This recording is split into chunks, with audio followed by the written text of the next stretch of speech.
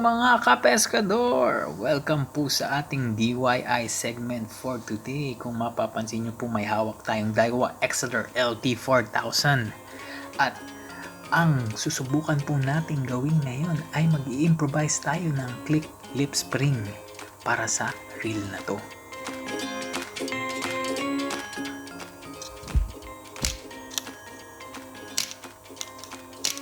Yan. Kasi kung mapapansin nyo po, pag inikot natin tong spool, yan, wala po tayong maririnig na sound. Yan. Kasi, pag binuksan natin to,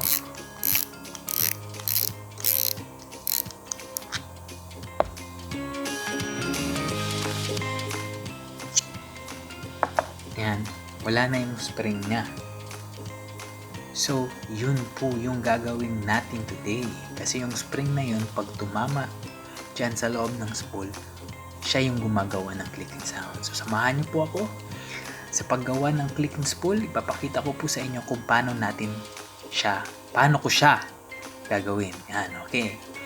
Ang kailangan po natin ay, first is yung saktong size ng spring para magaya natin. So, ako, yung ginawa ko, pumunta ako ng local tackle shop at kumuha ako nung same model ng reel na to.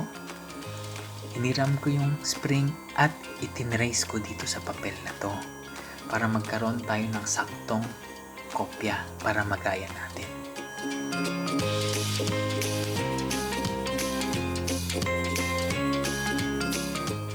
Kailangan rin po natin ng penlight, pero yung penlight, kailangan natin din yung spring niya sa likod. Bakit penlight? Kasi medyo makapal yung spring niya. Yan, maganda siya. At ilabas rin natin itong metal part na to para masukat natin yung ginagawa nating spring kung kasya nga siya.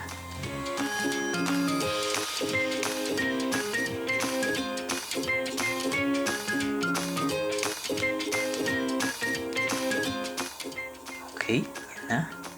So, kailangan rin po natin ng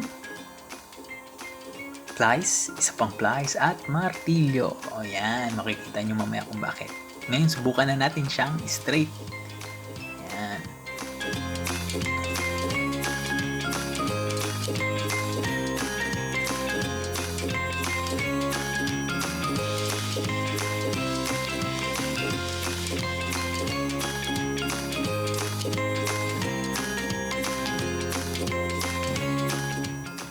Okay, yan, konting adjustment na lang.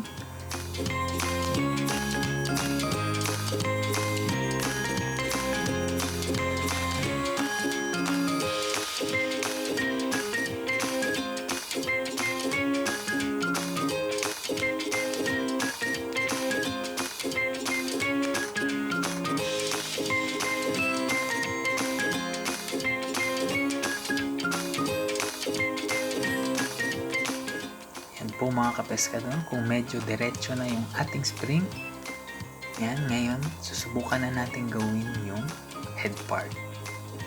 I-curve natin siya dito sa ating plier.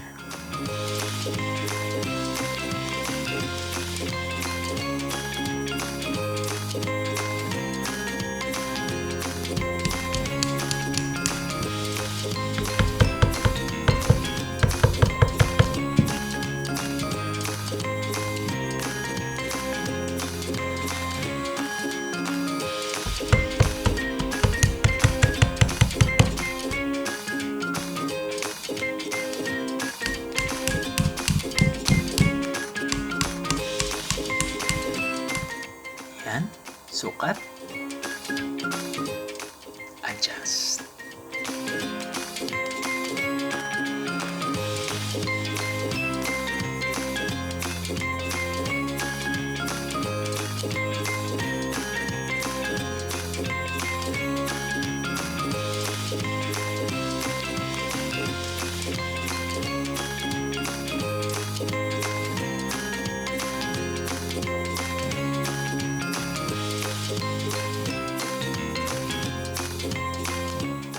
Ngayon, try na natin gawin yung lower part ng spring. So, So first, kailangan natin siyang i-bend. Make sure po yung height ng head is sakto. Makikita nyo mamaya kung bakit dapat sakto siya.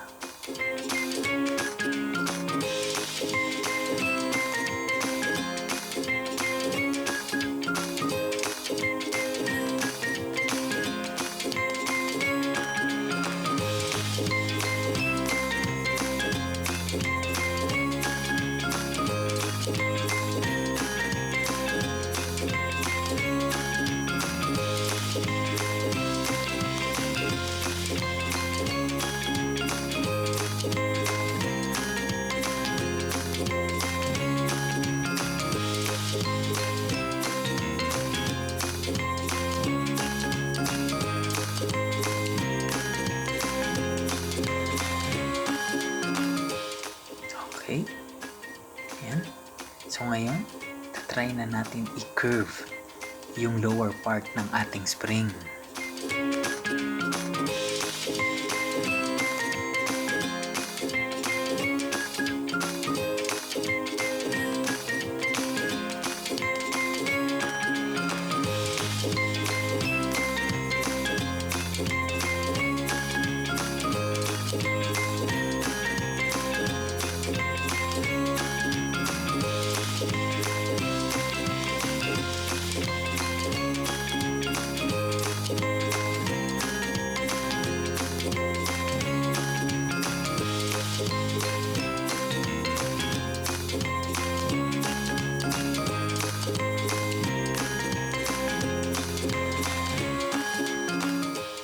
Yan, it's taking shape na po.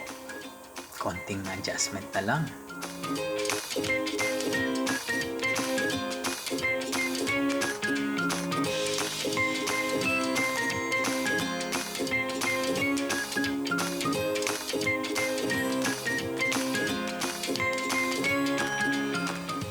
Yun po.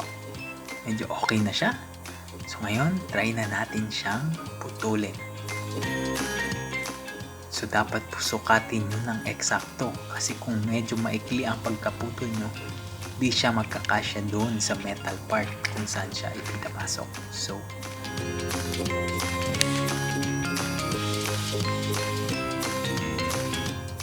pwede nyo lagyan ng markings para sakto yung pagputol nyo.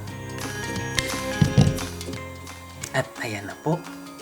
Yan na yung spring. So kakasya ba siya? Yun, kasya nga po. Yan. Ngayon, moment of truth. Titingnan natin. Ito po, yan, yung sinabi ko, dapat sakto yung height ng head part niya. Yung sa atin kasi medyo mataas, kaya di papasok yung spool sa loob. Yan po, kung makikita nyo. Di siya papasok ng husto. Yan. So, but if there's a will, there's a way.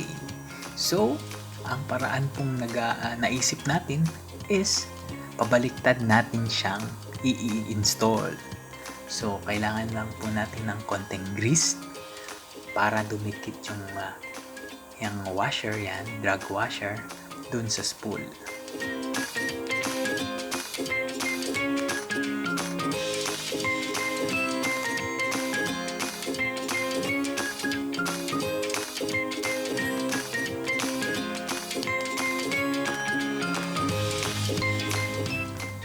Na po, ilalagay na natin yung spring sa loob.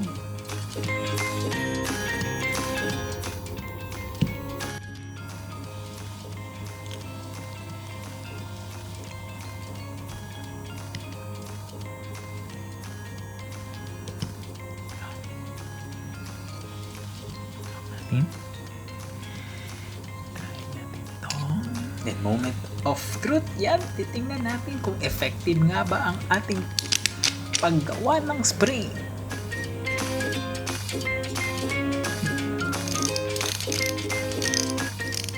Yun, tumunog.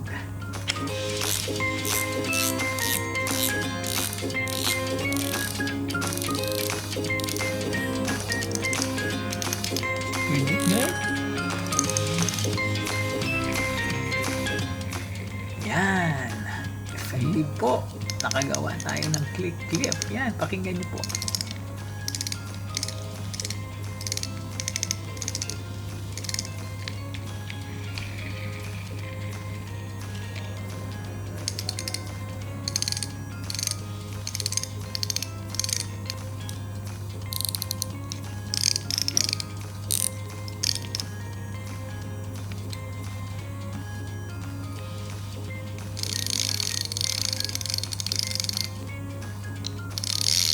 Yun, sarap ng mamingwit nito.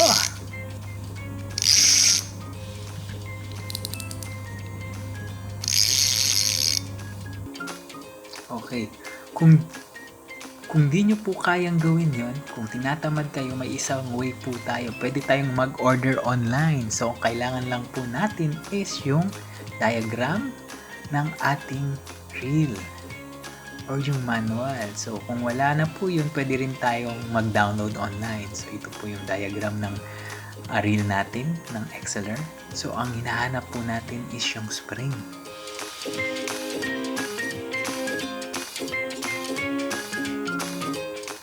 Yun. Yan, yung spring.